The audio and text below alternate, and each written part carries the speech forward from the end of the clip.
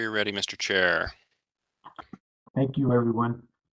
Welcome, everyone, to our Governance and Nominations Committee meeting for the Board of Regents. It's March 9th at 3 o'clock, and I want to start by apologizing for the late start. Hopefully we'll... Mr. Chair, could you speak up a bit? Of Yeah, course. turn your volume up a little bit, please. Okay. Okay. Sorry, everyone.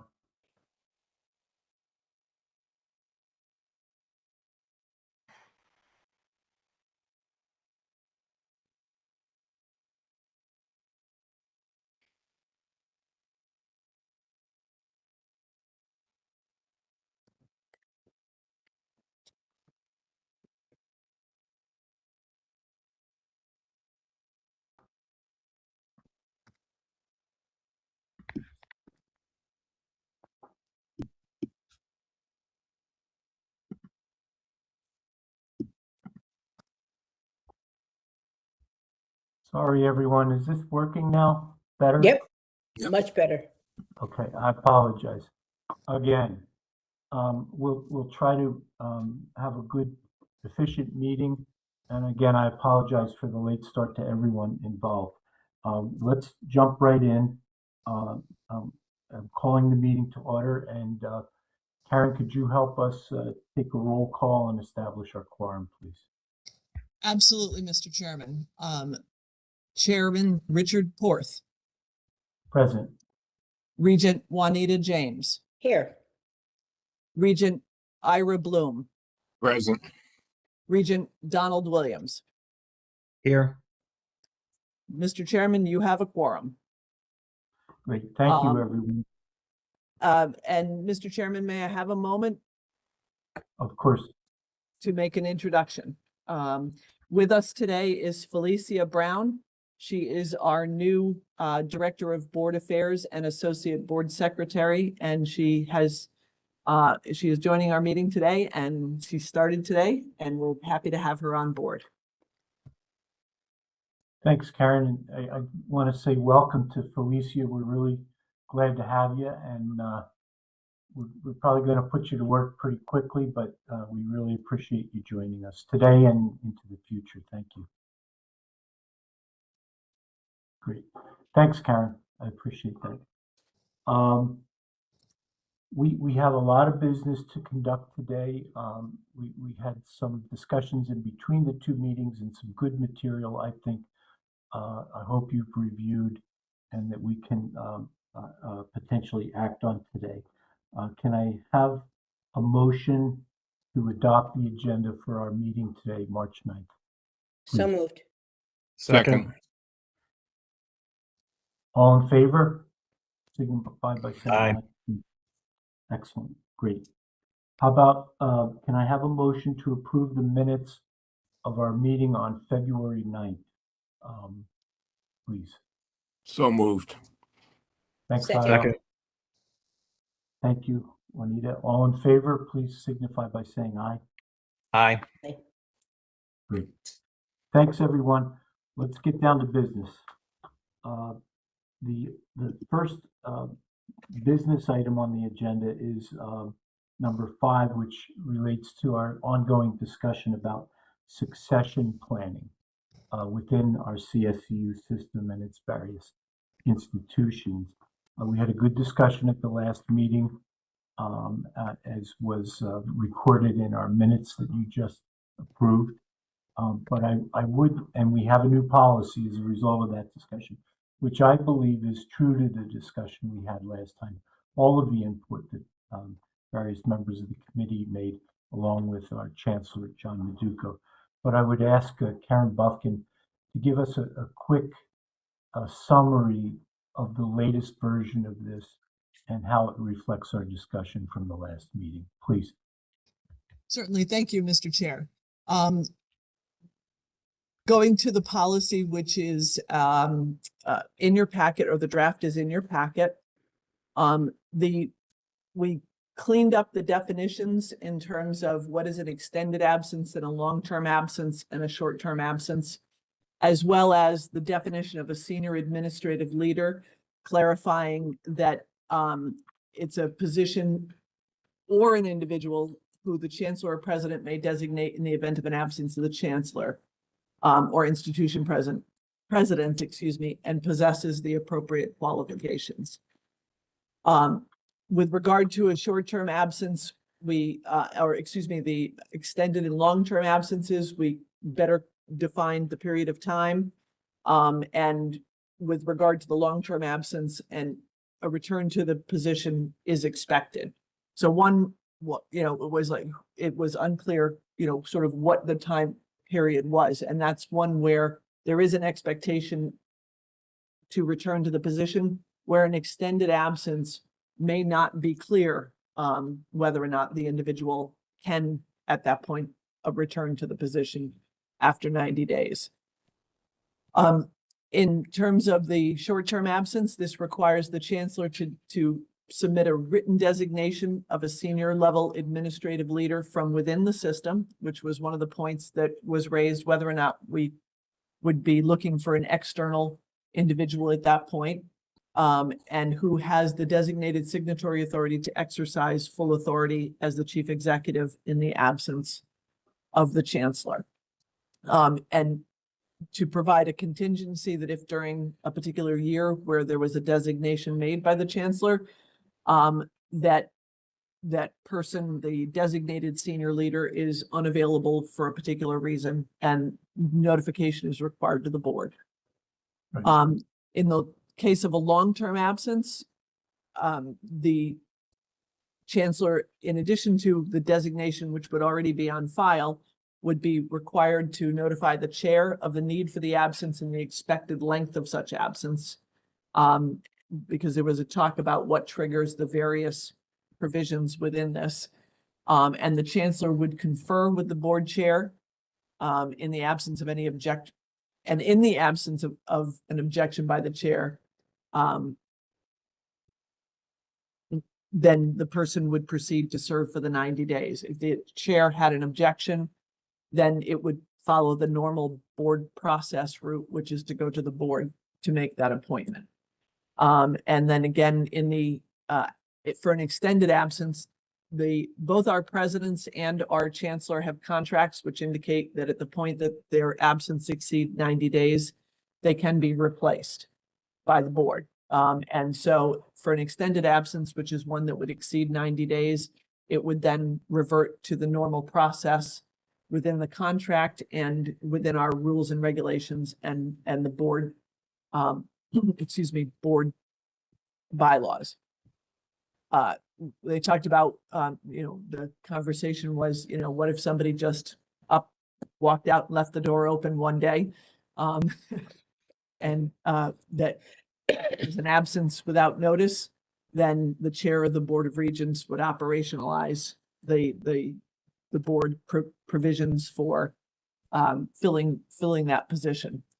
The institutional presidents would follow the same, arguably the same cadence, but the chancellor would appoint an interim president from among the vice presidents of the institution. And then nothing in this is intended in any way to modify your authority as the Board of Regents to make an appointment for a chancellor at any time where there is a perceived vacancy in the role. Right. Karen, thank you for that. As I said a couple minutes ago, I really do think this latest version of this policy is true to the discussion we had and the input that all of us provided. But I want to open it up for any further discussion on the part of the members of the governance committee. Anyone? I thought it clearly answered and addressed all of the questions that we raised at the last meeting. Yeah, I agree. And that wasn't an easy thing to do, Karen, so thank you. We had a long discussion and we covered a lot of different topics, but I think that what we have now is pretty true to what we asked for.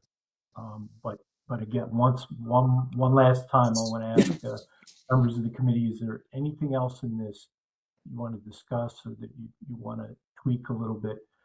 Karen, my understanding is that assuming we approve this here, we would go to the full board with this for their formal approval at an upcoming meeting, right? Yes. Okay. Any comments or questions or clarifying points for us at this point? Jessica, yes, sir. I have a question, but I think it might be the next agenda item, which is the CSCU protocol for emergency meetings. That's not part of this agenda item, right? That's the next one coming up? Yes, Correct. we will Okay. discuss that. Yeah, okay. And thank you for that, because that, I think, is an important one too. If there's no further discussion, I'll call for a vote, a motion and a vote on this. Karen, Mr. can you Chairman? help us? Sorry, Jessica had her hand up. I sorry. believe she may have a comment or a question. Yeah, and I appreciate that. I just have a quick question relative to the section that covers institutional presidents. Do we see any challenges associated with interim president being named even in the event of a short-term absence? I know that that same language isn't used relative to the chancellor. So I would just defer, Karen, to you if that should be potentially reworded, just given the sensitivity around the term, that title, this perceived instability versus designating somebody to act on their behalf with the full authority as it's written in the chancellor section. That's my question. If I may, Mr. Chairman, we certainly could. And given that we have at least one interim president serving currently, may make sense to have it be either an acting president or fulfill the duties of the president for a period of time. And be a little more general in that. That is one way to address your question, Jessica. Yeah, Ira, please. I think we could, perhaps by adding another definition, I think we should create a kind of a subsidiary position of acting president to distinguish between the interim presidents and this type of situation that Karen was just talking about. And so not to, I mean, the interim president, from our standpoint, is a long-term, is often a long-term position. Pending a search, but it's not, we don't see it, as I think, for the most part, as a short-term position. So we may want to create a title for a short-term position that would avoid that confusion. We'd have to have another definition, I think, if we did that in the. Or if I may, Mr. Chairman? Sure. Yeah, I could write it in such a way that he designates an individual from among, the institution to act in the absence of the president, in which case you would definition of acting. Comment? Could that person call themselves an acting president? Pardon? Could that person call themselves an acting president? Not in that, I would say not in the way that that's written. Or if that I propose writing it, excuse me.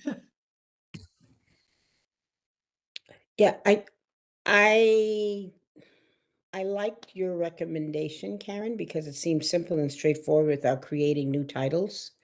And I think it answered the question of, I think yours is a simpler solution without having to go through now more definitions and clarifications, and making it longer. So I'll jump in. I agree with Juanita. I'm in favor of keeping this as straightforward and simple as possible. But I appreciate Jessica bringing this question up, and that your fix for that, Karen, I would be comfortable with as well. So just so I'm clear, is it clear then that we know what this person will be called? Is it acting? Is it interim? And does it matter? I mean, I think it kind of matters that we know what we call them, what they call themselves. yeah, I think that it matters too, but I thought the Karen solution, unless I misunderstood it, was that in the, basically, whether it's an interim or the permanent president, if they're absent, they can appoint someone as acting, to be acting as president, which is how Karen phrased it. And I think I'm understanding the question, Dom, as I'm actually having this, as I'm feeding it back to you. Does that person who's serving as acting president in the president's absence, does that person have a title of acting president? Is that your question? Yeah, yeah. I mean, is that spelled out anywhere? And if not, is there possibly any confusion, and should we? I mean, is it possible to amend this at this meeting? Is it something that has in one of the lines? Is there a quick and easy fix to this, that this person shall be known as the fill in the blank acting president or interim president? Karen can answer that. I don't see why we couldn't do that now and make that those couple little amendments for forwarding to the full board, if members of the committee are comfortable with all this. If I may, Mr. Chairman, let me, so maybe we can do this a little bit in real time. Let me share my screen with the paragraph and then the proposed language, if that's helpful. Yeah, it would be.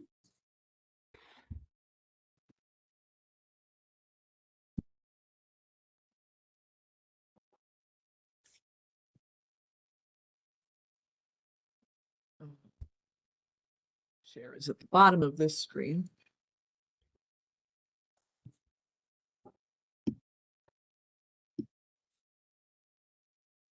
Can you see that all clearly? Can you all see that clearly? I can see it, but I can't read it. Here. You can enlarge Can't read it with reading glasses either. Don, you can enlarge it. I had to enlarge mine to 200% before I could Oh, actually okay. read it. All right, let me see. Oh, yeah, I see the little plus sign. Yeah. My bad. So. Got it. Yes, Karen.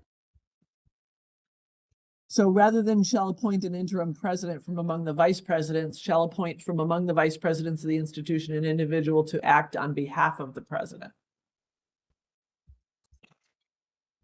And Don's question was, does that person have to have a title, acting president? Or is this clear enough to just say that the person's going to have to act on behalf of the president? Was that the question, Don? Does this person need to be called something? Yes. Do we need to spell out that they have a title of either interim or acting? Could we say among the vice presidents of the institution, an individual to serve as acting president? Yeah, I mean, the way I read this now, the titles would be interim president, because that's the word that's used. Yeah, but you're taking out shall appoint an interim president. She's Correct. replacing that language. Yeah. Oh, I see. Right. Shall Yeah. appoint an individual. Yeah, I mean, I think you could make the same inference that I would make from the existing language, that existing would be interim, the amended would be acting. Yes. Well, I mean, to What if serve you as capitalize? Yeah, that's the question I was about to ask, Don. Yeah, what if you capitalized acting, A and P for acting president? Yeah. Then I think it's clear. Yeah, I think that's what we need to do here.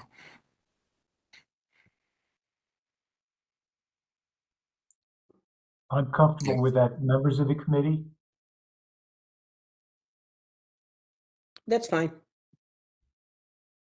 So the motion would be, assuming that you want to prove it as amended. As amended. Yep. Yeah. And Jessica, thank you for that. And this discussion once again has been a really productive discussion.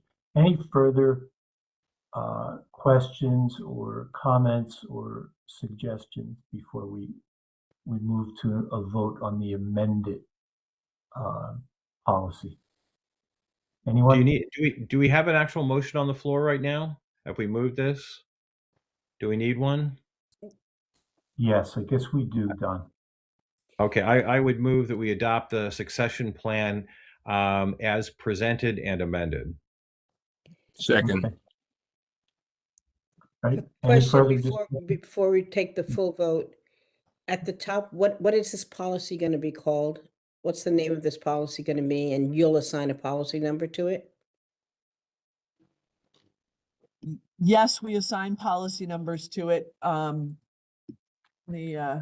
But there's no name in the little box at the top. Correct. Succession plan? Executive session plan. Succession plan. To throw a little ambiguity in there, yes.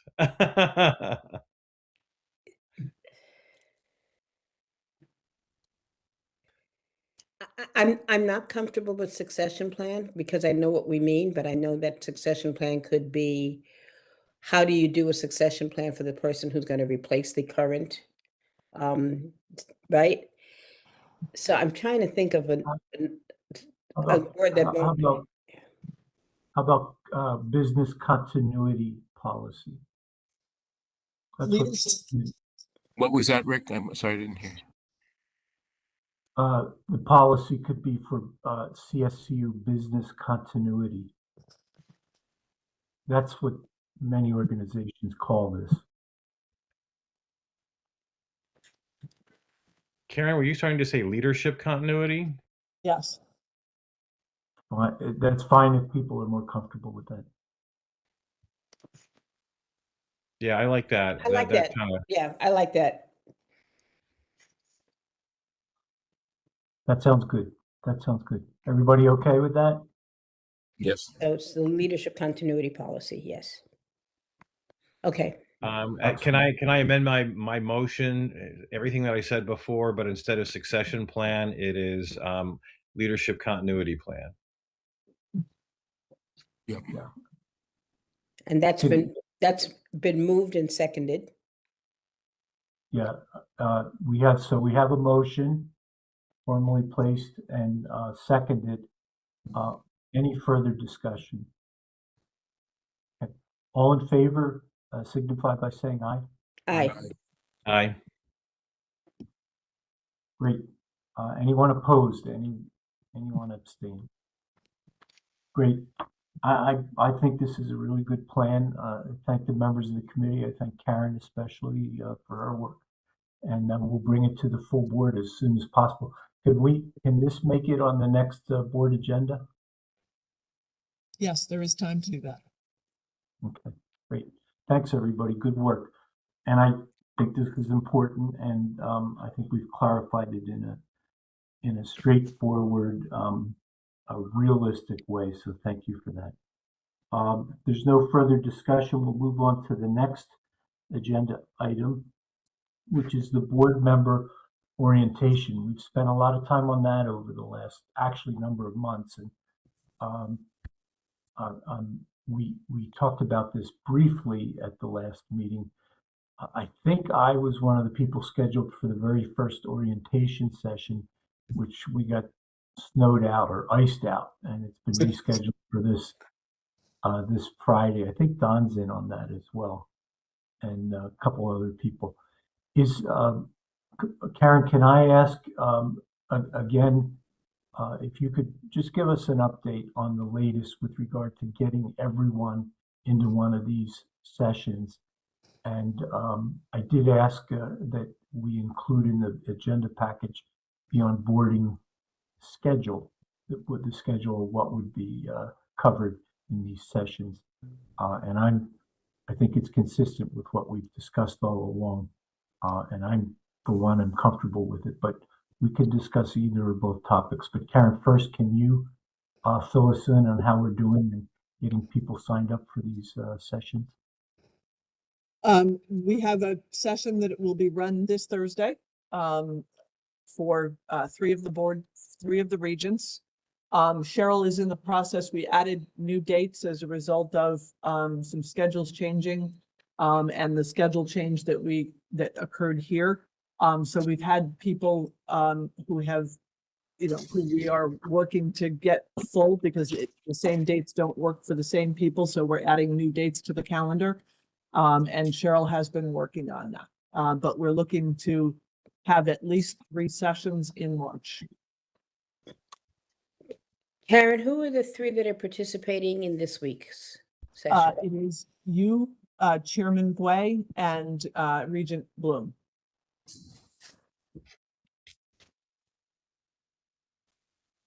And then on Friday, it's me and Don and Ari. I believe we may need to reschedule 1 or 2 people or add dates based on availability. Okay. But we will, it's still our intention to have 2 training sessions this week, Thursday and Friday. Yes, although I have to double check that, Mr. Chairman, because I know that at least 1 individual had a scheduling conflict and there may have been a second one as well. So Yeah, I think, Rick, I think I had a conflict as it turned out. I think Ari said that he did as well. I thought I saw an email, maybe nixing Friday altogether, but I'd have to go back and look at that. okay. And so we are looking at rescheduling that. Some dates were provided and Cheryl is working on that currently. And Regent Yang couldn't find the email with the schedule, so perhaps Cheryl can resend that to him. Absolutely. Okay, well, Rick, I'm sorry, when the first, Karen, the first session is Thursday, right? That Am is I correct. wrong? I'm saying Yes, that is correct. this coming Thursday. It's coming Thursday. Yes, you should have, your materials will be sent out tomorrow. Okay. And that's the one that I'm going to be, Juanita and I will be at that session. Yeah, it's only the 3 of us, Ira. It's you, me, and Marty. Mhm. Yeah. Okay. all right, so it sounds like the scheduling is still a work in progress. I think, as you know, I think this is really important. At this point, we're also trying to comply with the state statute on this. And so, can you do me a favor, Karen, or whomever, keep me informed of how we're doing with the scheduling? I think it would be good if we could get this done sooner rather than later. Okay. The region onboarding schedule includes, I think, all the topics we've talked about in the past. I only bring it up again to reiterate that our board chair has asked that we make sure in the presentation to include, and there is a presentation on our ethics policy, but also to include our policy on travel and on gifts. And we will do that for sure. I think it's really important, and I'm glad that he brought that up. So, any further discussion on the onboarding or the regular training? You know, we're focusing on onboarding, and we came up with a strategy for that under Juanita's leadership, and I hope we will continue to do that, including mentoring and so forth. But this is also about what I hope will be some sort of annual opportunity for all board members to come together and to get some training with regard to board membership. I do, that's my expectation. I hope others on the governance committee are comfortable with that. I think that's a great idea, Rick, and perhaps we can just make it part of the agenda of one of our regularly scheduled board meetings. So, because if we want everyone to come, it's really a refresher or an update, and rather than trying to schedule it separately, because to be honest, I'm a little disappointed that we're having our first onboarding meeting and the 3 people who are going to be onboarded, none of them have one of the new regents. So It's just hard to schedule extra meetings once the calendar has been set. So, Couldn't agree more. And I think, I've been in organizations where we added an hour to a regular meeting or a couple hours and did it in the way that was most convenient for the board members. I hope we could do that going forward. Yeah. Um, I'd like to keep this as a priority, so that, next time we meet as a committee, we can talk about how the scheduling went. Hopefully by then everyone will be scheduled and some of us will already be trained. But keep it as a priority going forward for all board members. yeah, Okay. Everybody okay with that? absolutely. Thank you, Rick. Yeah, thank you. Any other discussion on the training or the onboarding? Anyone? Okay, great, thank you. Next on the agenda is the executive committee. I won't call it a policy. I'll call it a clarification or an update on how emergency decisions are made between meetings. And once again, we had a pretty full discussion at the last meeting about this, and I'm grateful and amazed really that Karen, in my opinion, really listened and did justice to that discussion and put it on paper in a pretty simple way. But I'd like to open it to Karen for any further discussion of the topic. Again, this is how we make decisions, urgent emergency decisions between regularly scheduled meetings. Karen, anything else you want to say about this? And then we'll open it up to discussion. Yeah, just very briefly, this was to capture what the board or the committee indicated was their priority in terms of as much inclusion of the board as possible when important or emergency decisions are being made. And so to put on paper sort of the cascade of decision-making as a protocol to be followed when faced with these circumstances. One of the things that we touched on in terms of the full board versus the executive committee and the timing of being able to schedule a meeting if there is an emergency, which is the ability to get a quorum if action is necessary. There can always, if you had an emergency meeting, you can always have the board come back and confirm what the decision was.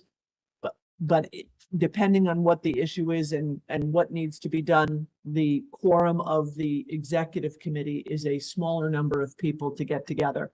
That still doesn't mean that the board members who are available can't attend those meetings, but there is a lower quorum requirement for the executive committee than there is for the full board.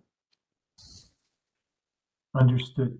I'll just let me open it up to discussion. Anyone?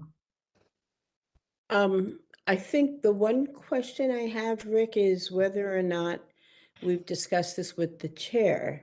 And the reason I ask that is I know at one point when, sometime last year, I think the chair had gotten some feedback that the executive committee, people were concerned that that would become like a board within a board and make decisions and everyone would not be, the board wouldn't be fully informed.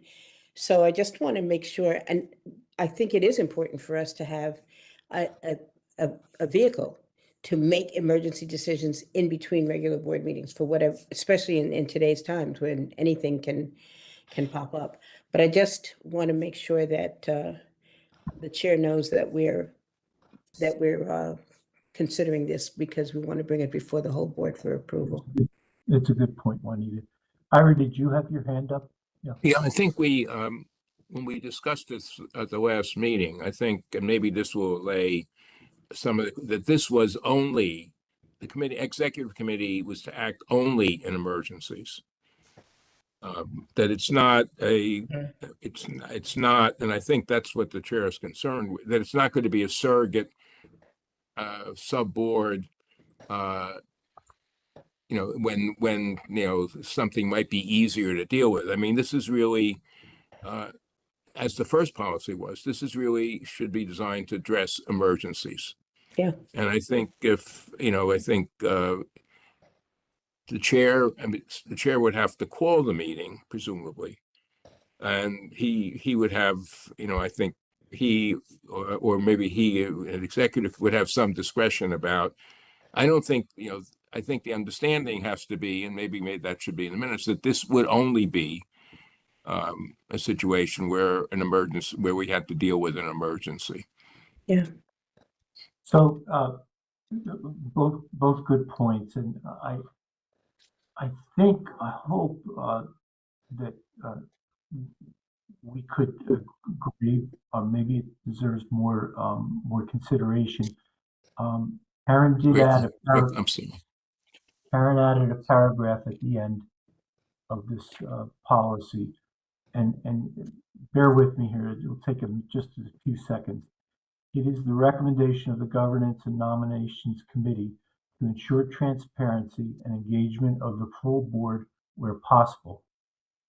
That where possible, a special meeting of the full Board of Regents be called to address emergency circumstances unless time is of the essence. And there we learned from the last discussion that the Freedom of Information Act allows special meetings to be called with 24 hours notice. That this paragraph finishes by saying, if the executive committee convenes to address an emergency circumstance, all board members will be notified and provided the opportunity to participate in the discussion. Look, there may be nobody in the state more qualified to discuss this issue than Don Williams, but I do think that both what Ira said and Juanita said is very important. But I would also say that last paragraph makes it clear, I think for the first time, that it's our intention always to make decisions in a transparent way with as many board members as want to be part of that process, starting with the scheduling of a special meeting. And if that's not possible, providing notice of an executive committee meeting to all the members of the board for potential participation. Is that enough, members of the committee, or do we need to do something else? I think it's enough as you read, when we read the entire statement, but I actually think it's enough. I think it answers the concern. Yeah. But yeah, I mean, on the one hand, there are a number of tests that have to be met, right? It's got to be when delaying action would result in significant risk, expense, and disruption. So you've got the significant risk, significant expense, significant disruption, and then down below it's got to be time is of the essence, which of course is also implied and stated more or less in that first paragraph.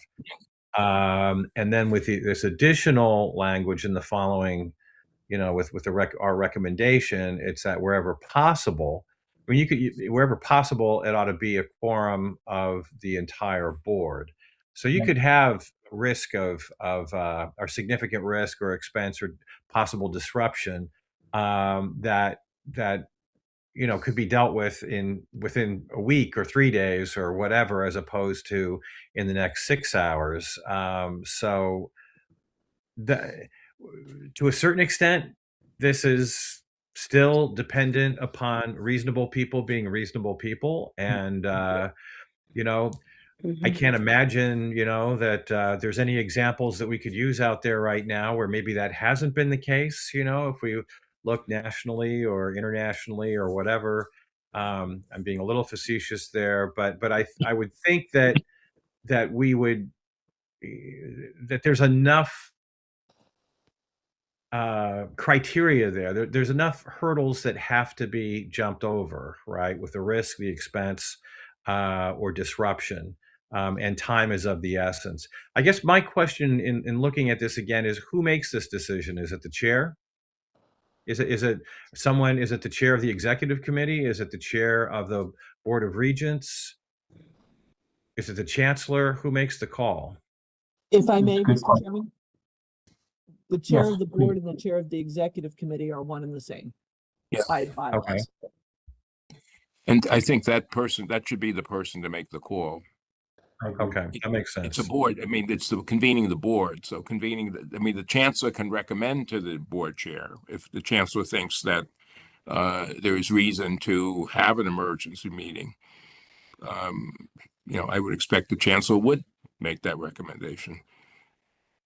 Yeah, good point and good discussion.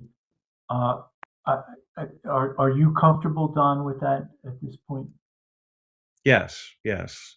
If that's clear that it's the chair of the Board of Regents who is also the chair of the executive committee, that makes sense. I mean, it's the chair of our individual committees right now that can make the call in terms of having a special meeting, for example. Yeah, Correct. that makes sense For to their me. committee. Yeah. I think this makes a lot of sense. Me too. And Juanita, to your point, yeah, probably maybe I should reach out to Marty, make sure he's aware of this.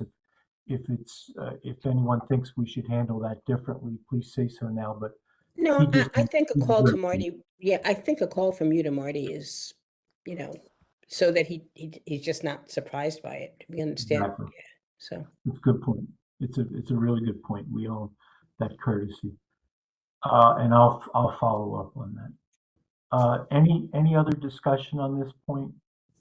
Now, Karen, we don't need to formally adopt this, though we should share it. Or tell me the best way to next step to move forward on this. Since it's a protocol or an operating guideline, I don't think you need to adopt it formally. You can just incorporate it into your operations and share it with the people who have to operationalize this, board affairs staff, the chancellor staff.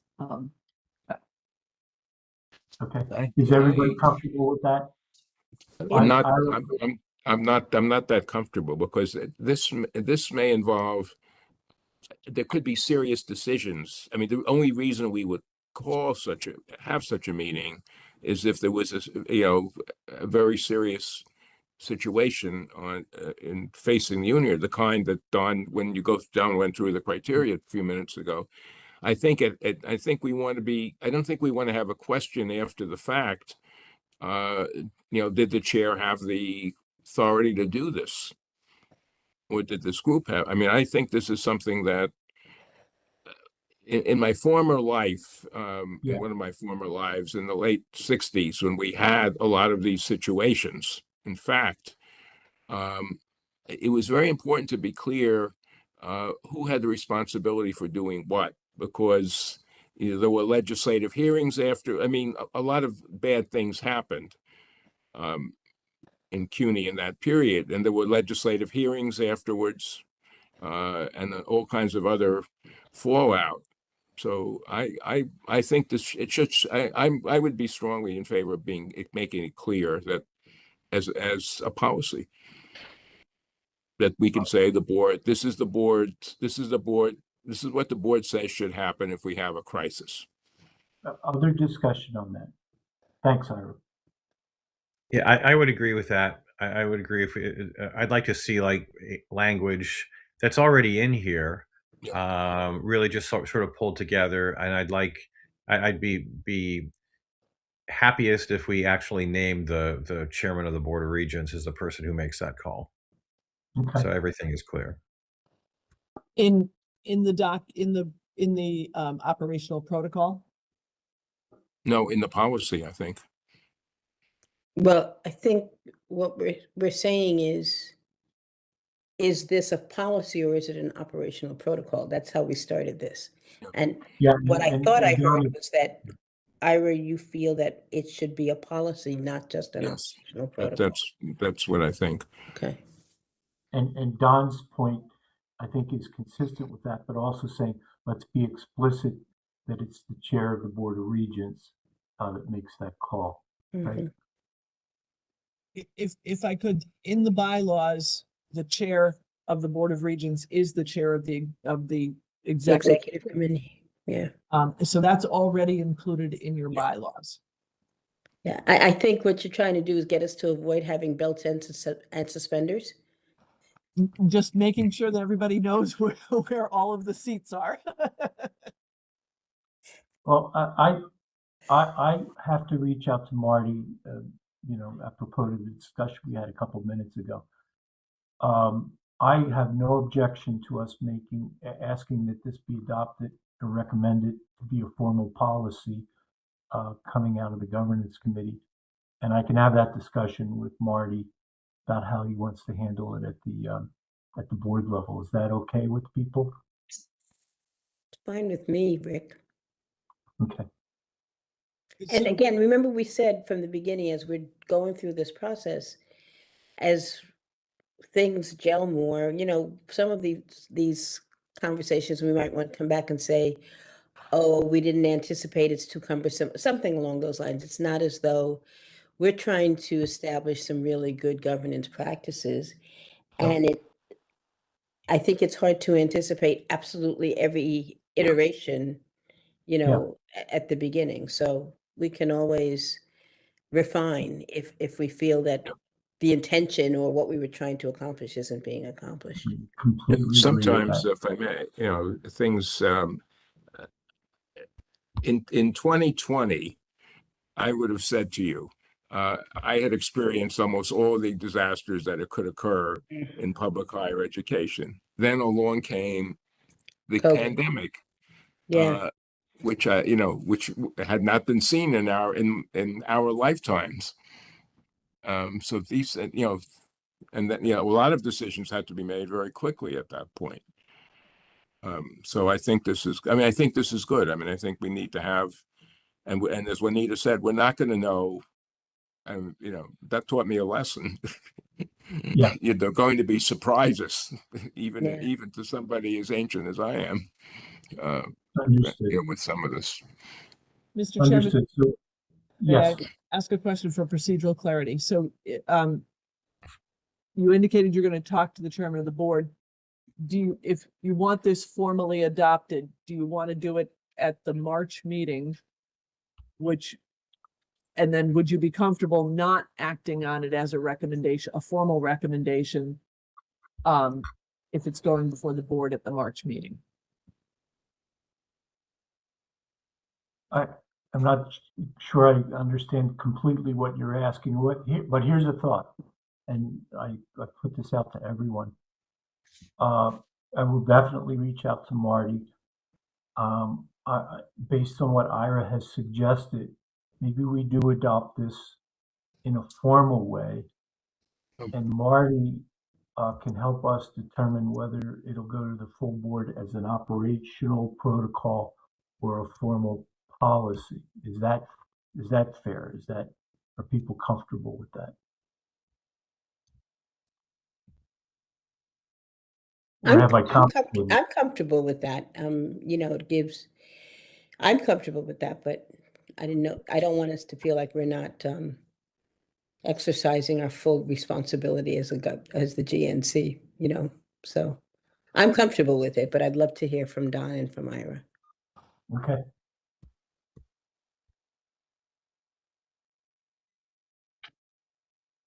Any thoughts, Don, Ira, on this? I'm sorry.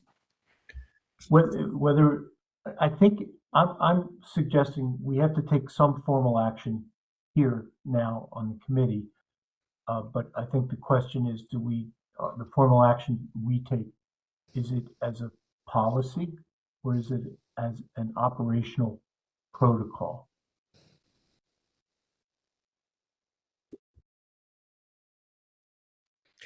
What's the difference in terms of how we spell it out? It would probably be a little more formal if it was a policy and contain, who are the stakeholders, be in our regular format, and, usually there are consequences for not following the policy if it's a policy, as opposed to a protocol or a guideline. I think the protocol actually, we could have an elaborated protocol following the adoption of the policy if we needed to have it. But I would strongly urge that we have this adopted by the board as a formal policy. And some of the detail, it doesn't have to go, I mean, there are going to be details that would have to be filled in by protocols, I think, depending on the circumstances.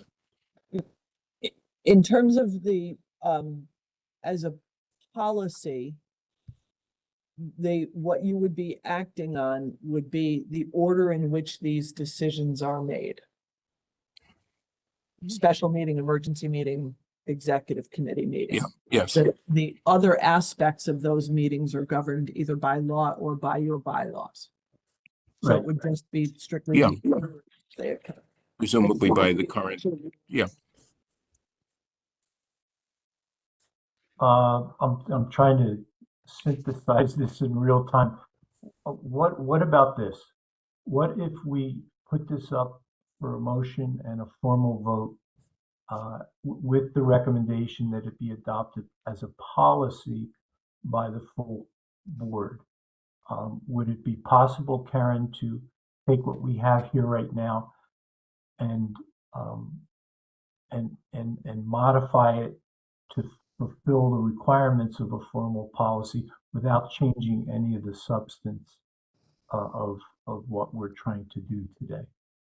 I certainly can put it in that format. Is that all right with members of the committee? Yeah, it's all right with me. I mean, I like the idea of lifting it up in some way, and maybe the policy is a way of doing that. I mean, I do agree that technically what we are talking about is an operational protocol, right? I mean, that's we're tweaking in an important way how an emergency meeting gets called. Mm-hmm. So I'm a little torn in terms of, and if this is a policy, then for an emergency meeting, how do we distinguish that from not having a policy on a special meeting, which is an operational protocol? And maybe it's that, a special meeting, you're not abbreviating the body that makes the decision, That's right. and that's Special an meeting is the full and board. that's an important distinction. Yeah. And Yeah. special meetings could be for any number of reasons, including the fact that we don't have time at the regular meeting to deal with. Mm-hmm. This is I think I see this as an important corner of this. This is not, this would be for unusual situations. Only. I have one other potential recommendation, although it's a slightly longer process, is you could amend the bylaws to indicate, no, I see Regent James, Yeah. I was gonna say to indicate that, that a special, or excuse me, the executive committee would be called, when a special meeting or an emergency meeting are not feasible. I kind of agree with Juanita on this. I'd like to keep always, when we have the opportunity, to keep things simple.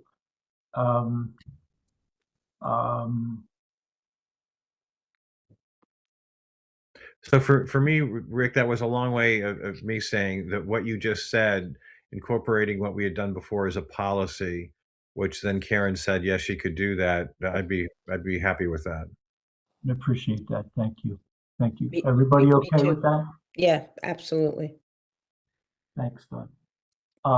So then I'm going to call for a motion on this, and we should be careful with how we word this motion, and then we'll vote in a formal way with the recommendation to the board. But I'll reach out to Marty as soon as I can after this meeting. Is that okay with everyone? Yep. Yeah. Who wants to make a motion? I'm looking at you, Don, again.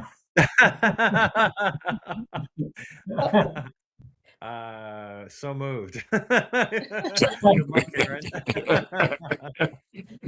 And I'll second the motion. I mean, isn't the motion that we adopt a policy for what the protocol will be for the board to call it for emergency meetings? Is it, yeah, That a policy on the protocol for calling emergency meetings? Yeah. Does that do it, Karen? I'm looking at Karen now. Like, sorry to complicate this, but when I first thought about this issue, I knew emergency meetings were one solution to this problem, but I was concerned about a kind of a broader issue, which is how do we make decisions between regularly scheduled meetings? And sometimes, just like this discussion, sometimes there are emergency meetings. My preference is always a special meeting where the full board is invited. And we're already past that discussion, but I'm not exactly sure calling this an emergency meeting policy is the best way to try to describe this. Am I overthinking this?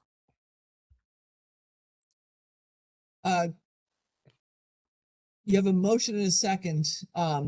So whoever does this may have to go back and withdraw and readopt a motion, but you're adopting you're looking for a policy. Yep.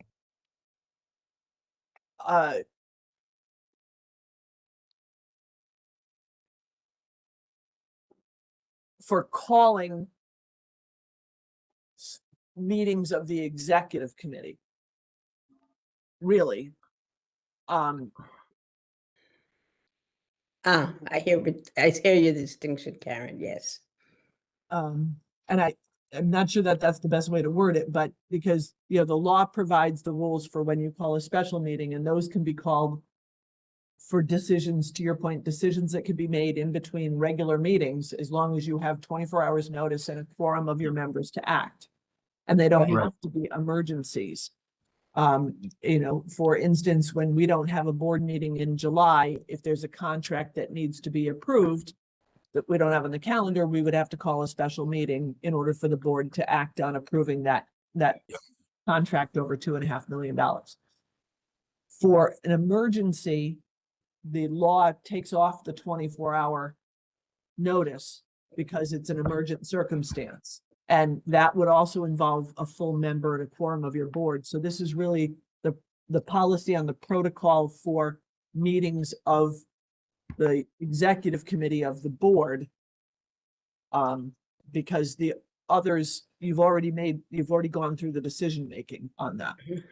Yeah, I would withdraw my motion and make a motion that we adopt a policy that outlines the requirements, specifications, and limitations of calling an emergency meeting.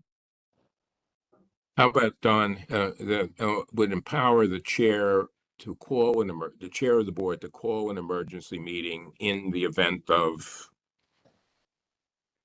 what you just described? I kind of like Don's better, Ira, because it's really about what we've been concerned about is when can the executive committee act? And we're basically saying you only have an executive committee act in the event of an emergency. So it seems to me the policy is what authority are we giving the executive committee?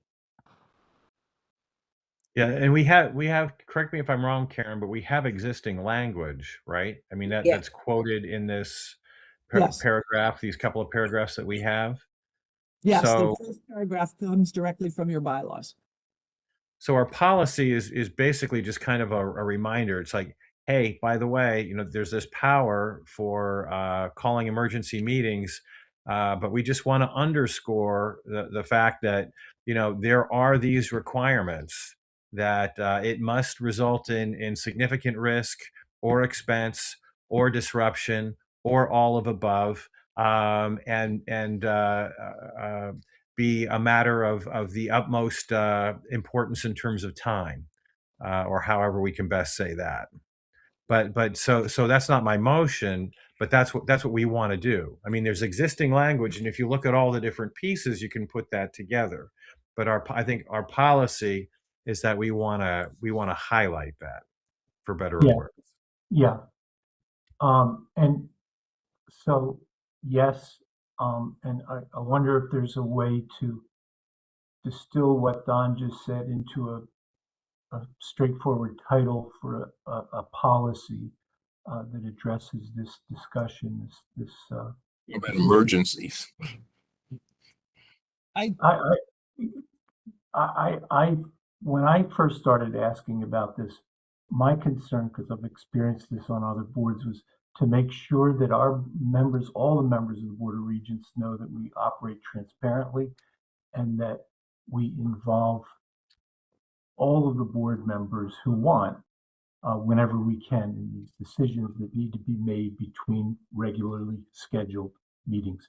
That's what got me started on this. Yeah. It wasn't only about emergency meetings, it was any decision that would typically be made at the board level to guide how we would do that. And that's why I really appreciate Karen's language. We're basically saying now, when we can, we should schedule a special meeting with formal notice, according to the law, and all members invited. But when we can't, the executive committee can act on behalf of the full board, with the full board being noticed that this discussion is taking place, that this meeting is taking place. That's Yeah. that's what we're doing. That's what we're trying to do here. I listen, when we were at Pitney Bowes after 9/11, we formed a crisis management policy.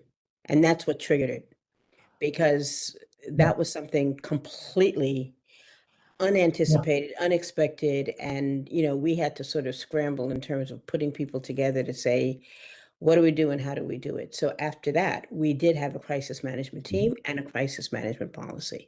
So I think this is kind of similar to that, is how do we anticipate that thing that we can't figure out how to plan? It's and what do we call it? What is the most, I guess, the clear way of defining? And it seems to me that it's interconnected, right? We're basically saying we have an executive committee that can call an emergency meeting, but that's really the scope of the responsibility of the executive committee. So whether we approach it from it's the policy on emergency or crisis situations, or we approach it from the policy on the authority of the executive committee, we're all trying to get to the same point. And I'm almost at the point of saying, Karen, just from a compliance standpoint, where we're not overlapping with other existing policies or bylaws that we've already attended, we're just basically looking for the best way to frame or title it. I think we've got all the operational considerations, the steps, what we do, how we do it. We're just trying to figure out what's the umbrella that we put it under. Maybe it's a policy for calling or scheduling an emergency meeting. And maybe what the policy is, maybe it's as simple as requiring that the chairman of the emergency committee, who parenthetically is also the chairman of the Board of Regents, must, when calling an emergency meeting, specify the significant risk or expense or disruption that may occur if action is delayed. I would Because just that's our protocol language. But now we would just be requiring that it be spelled out in some way, right? That either in issuing the agenda for, or the call of the emergency meeting, that there's a requirement that the chairman's got to have a couple of sentences that says, look, this is being called because, and then address significant risk, expense, disruption, and time is of the essence. Are we getting too much into the weeds here? Because we're getting into the what and not only what, but the how and the why. Are we kind of starting to go down a rabbit hole in terms of trying to get too specific in terms of, all of this stuff? Well, I think if what we don't want is a situation where emergency meetings just start getting called on a regular basis. Exactly. Right? And everybody forgets what the original intent of this was. Time is of the essence, and there's got to be significant, all that, risk, disruption, expense. And so if we require that these reasons have got to be given, and they've got to be written down as to why we're calling this. What is the possible risk or expense or disruption? Then at least there's some accountability there. Now you might say, well, there could be circumstances where you don't want to put that down on paper. I don't know, but then then it becomes really squishy. Yeah. I could, in this as part of the purpose or one of the provisions and, which I'm not sure this one I could do as much in real time, but something along the lines of, the chairman would indicate the reasons why a special or emergency meeting of the full board could not occur. Lack of a quorum, something. You could do something like, the chair shall convene or shall call an emergency meeting of the executive committee only if. You want to be clear, I think, we want to be clear on two things. One, it's the chair who does this. Right. And then we have, the 3 or 4 items that Dawn had spelled out before about what the considerations might be. Can I make a suggestion? I was thinking we were going to be able to do this meeting and put it through to the board, but this is an important discussion, and I would suggest that we ask Karen to work on the language, circulate it among the members of this committee over the next couple weeks, and come back, I hope, for final action at our next meeting, and then go to the board. I'll also spend time before then making sure Marty is aware of this. Is that okay with everyone? Yes, and I think if you reached out to Marty for his input on this too, Yeah. and just let us know what we were thinking, what would be what's his perspective? Is addressing in some way, whether it's expense or disruption or whatever, and formally putting that down. Is that one way of doing this, or does he have other ideas? Yeah. Is everybody okay with that? I think just the wanted- 3 of us are a dangerous combination. That's all I can say. Can I point out one? This is March, correct? Right. Yeah. If we don't have it at the March, we don't have an April meeting normally. You might have So to the call next special meeting, Just kidding. if anything is going to happen as a consequence of what is going on now in the broader world, it'll happen between now and May. And as your board secretary, I can still request that, or I can still attempt to initialize this protocol if we have an emergency in the meantime, if that makes sense. In other words, you either have a quorum or you don't, and if you need to take action, then you may need to turn to your existing executive committee to do it.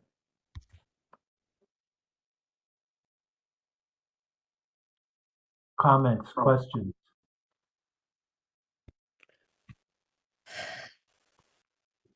I think I think we've beat this one to death, and I'm not sure we're going to get any further today. So I would say having Karen come up with the language, because we all know what we're trying to do, and each Yeah. of us has a sort of a different take or twist on how to accomplish that.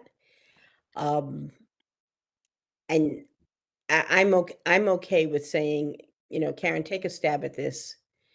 We'll approve it at the next meeting. If some crisis comes up between now and the next meeting, we'll figure out what to do. Yeah, I appreciate that, Juanita. That's my inclination too.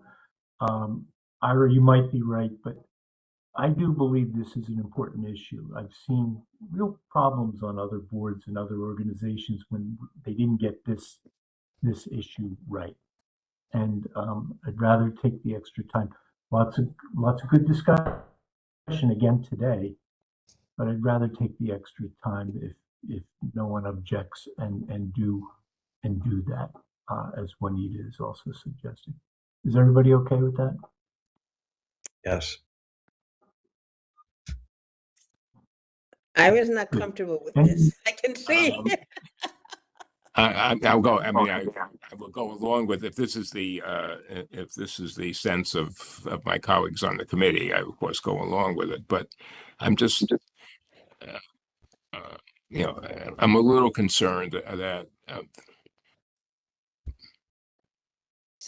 So I think, Ira, what we're saying though is if something were to happen tomorrow, we would basically adopt the protocol that we laid out here today. yes, I think if we want to, I think if we Mr. understand Karen. that, maybe we Yeah. can put that in the minutes of our meeting. Yeah, It certainly was part of the discussion and can reflect that.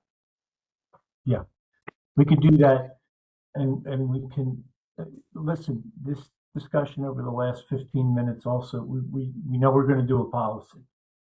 I think it's just a question of coming up with the right title for the policy, making sure that our board chair is comfortable with this whole discussion. I believe he will be, and tweaking according to Don's recommendations a couple aspects of the language itself.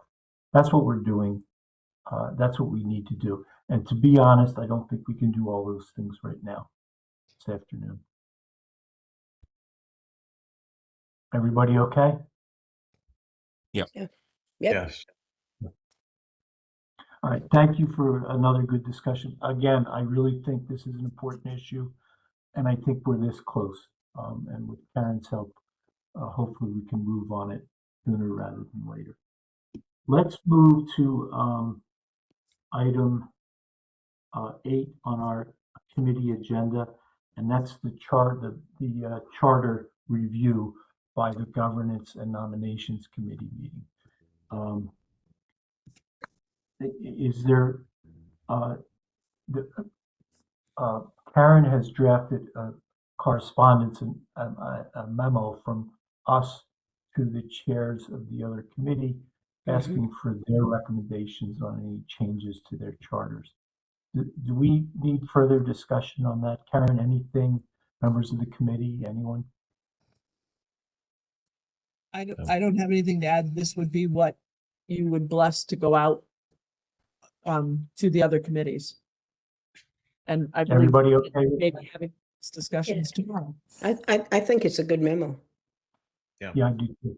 And I also think it was a good idea to ask them, to start by asking them, what do they think will be the most important modifications?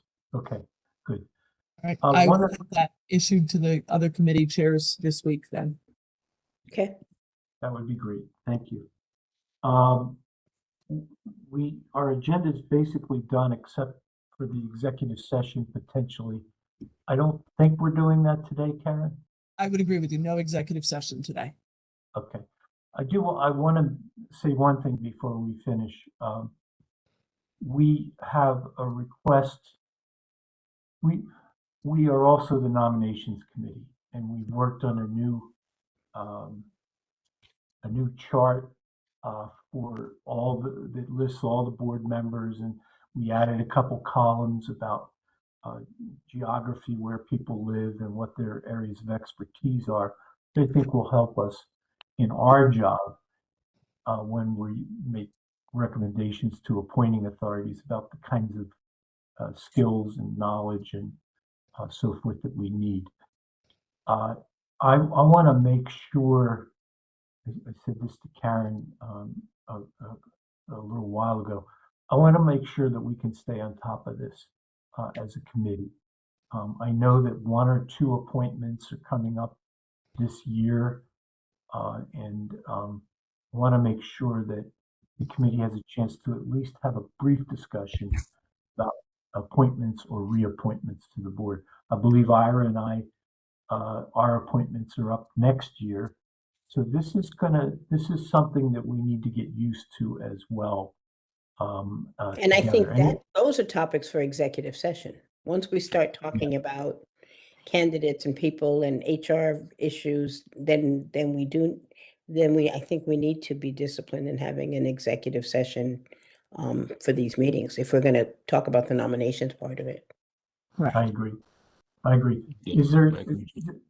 I know in the interest of time, we got to finish this, but are there any other comments or thoughts on this about how we can make sure we stay in front of this with regard to giving adequate advance notice to appointing authorities and taking into consideration the appointments of existing board members and whether they want to be reappointed or they want to resign, move off of the board. Any other thoughts on this? If I may, Mr. Chairman, just very briefly, we do track that and we are frequently in communication with the appointing authority or the people who have to process these on the back end. So we're aware of the dates, they're aware of the dates. Okay, that's reassuring because I think that's a really important part of our mission on this committee. And any other questions or comments with regard to nominations? Okay, good. Thank you. I think that's it. Anything else for the good of the order? Anything else that anyone has on their mind? Okay, Just a motion to adjourn. Thank you. yeah. Thank you. So, yeah. Need a motion to adjourn? So moved. I'll second. Second. All right.